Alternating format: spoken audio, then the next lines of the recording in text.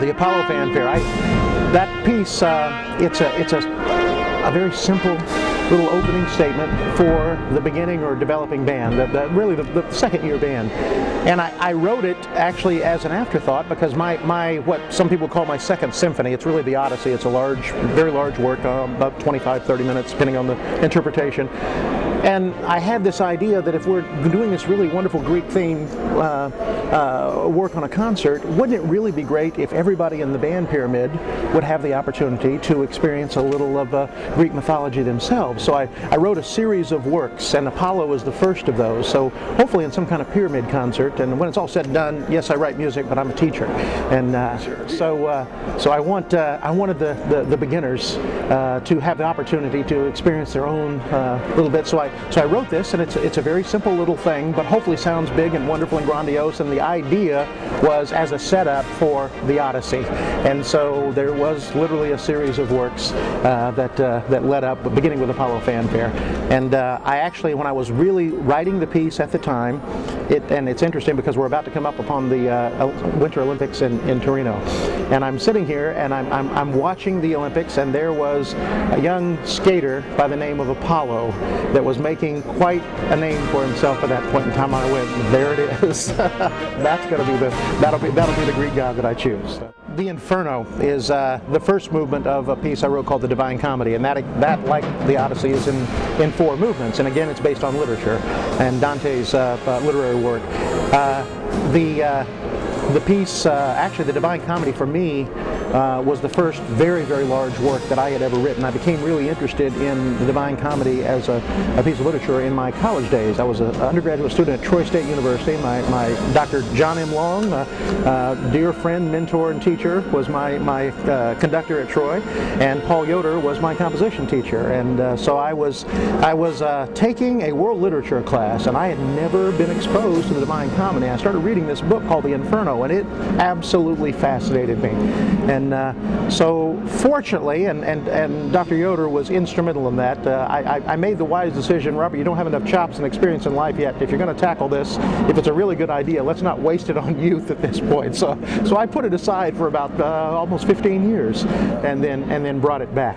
And so the Inferno is basically Dante's trip through hell. And and it's programmatic in its nature, but at the same time, the Divine Comedy, I also paid homage to many of the composers and teachers, and this is inside the music that a lot of people don't even realize. So I paid homage to those composers and teachers that had a great impact on my life. In the Inferno, there's a center section where I wrote this melody. There's an oboe, a kind of a really lamenting oboe, kind of coarse, low register, that type of thing. But underneath it, I drew from Stravinsky. Stravinsky had a major impact on my life in terms of I still listen to his music almost daily, and I'm still learning new things. And so I drew from Stravinsky and paid homage to him. Even in the final movement, Paradiso, the hymn from Paradiso is actually homage to Dr. Yoder.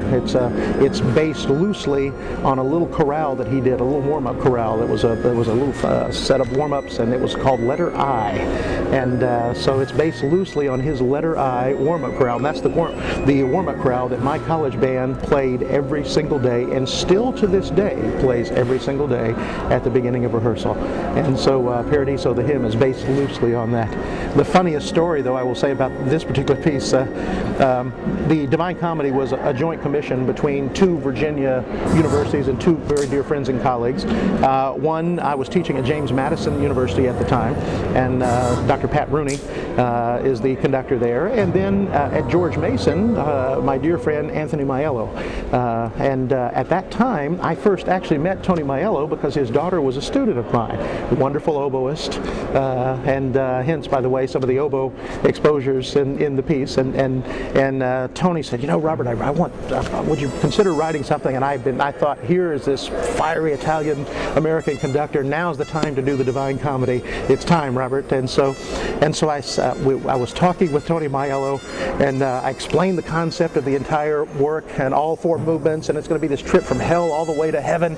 And I said, now which 2 movements do you want? And I'll talk to Pat and see which movements. And he said, you know, I'll take heaven and give Pat hell.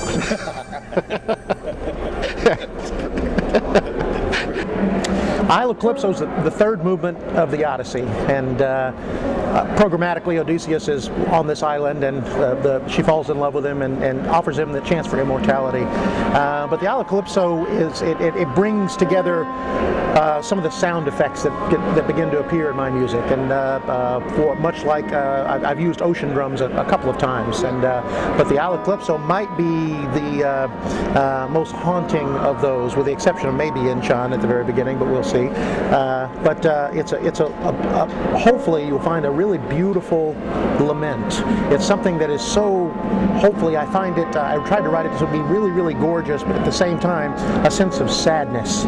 And so as one listens to this, hopefully to be able to hear the ebbs and flows dynamically, to be able to hear the gentle lifting of the melodic line, and then as it settles back down, that becomes a really important. It's a very personal piece to me. It actually started out as a piano work, and it's one of those. Sometimes as a composer you labor, but sometimes divine intervention kicks in, and the music just comes out. And frankly, I sat at my grand piano, and this just came out.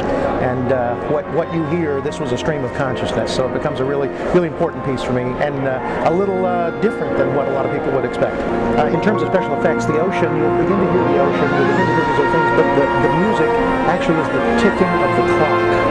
And there's a clock that ticks. And what I suggest to the conductor is that we create two wooden boxes and create one large wood dowel, maybe a little T crossbar, and have one percussionist stand at the front of the stage and sit here and be the grandfather clock. And it's the ticking, incessant ticking of time, and the clock doesn't stop. The clock continues, but now the music comes from the conductor pulling against that time, and all of a sudden now you would think of it almost as a metronome, but all of a sudden it's when the music pulls away from it in time, and that juxtaposition between this time that never stops and then the music pulling away in a different way, it becomes very uncomfortable for the listener.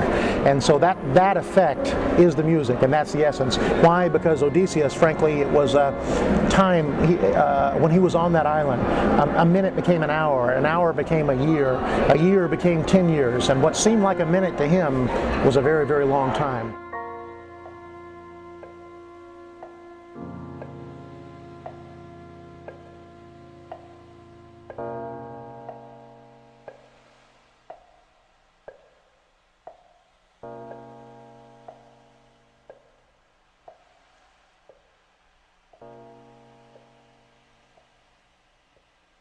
Our next stop is Incheon, one of my all-time favorites. Oh, well, thank you. Incheon is a very personal piece. I wrote it for my father. My father served in Korea and Vietnam. He was a career military man. He passed away April 22nd of the year 2000, and diabetes, and he was Sergeant Rock, 6'8", and that sergeant who was in your face and whatnot, and I've been on the receiving end of that face many, many times, but he really loved music, and I wouldn't be sitting here talking to you if it weren't for him.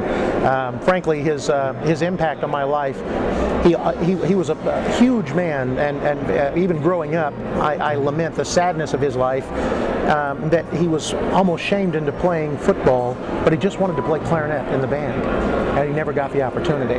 So he did everything he could to allow me to bring that part to his life, and so it was fantastic. And I will never forget, he collected classical recordings. He had a huge orchestral recording library, and we would sit down. I'm a little child, and he'd say, okay, today we're going to listen to Beethoven, and we would sit there and we would listen to 2 or 3 symphonies in an afternoon, and the impact that had on my life was really wonderful. So I wrote this to honor him and those that did serve in Korea and in Vietnam.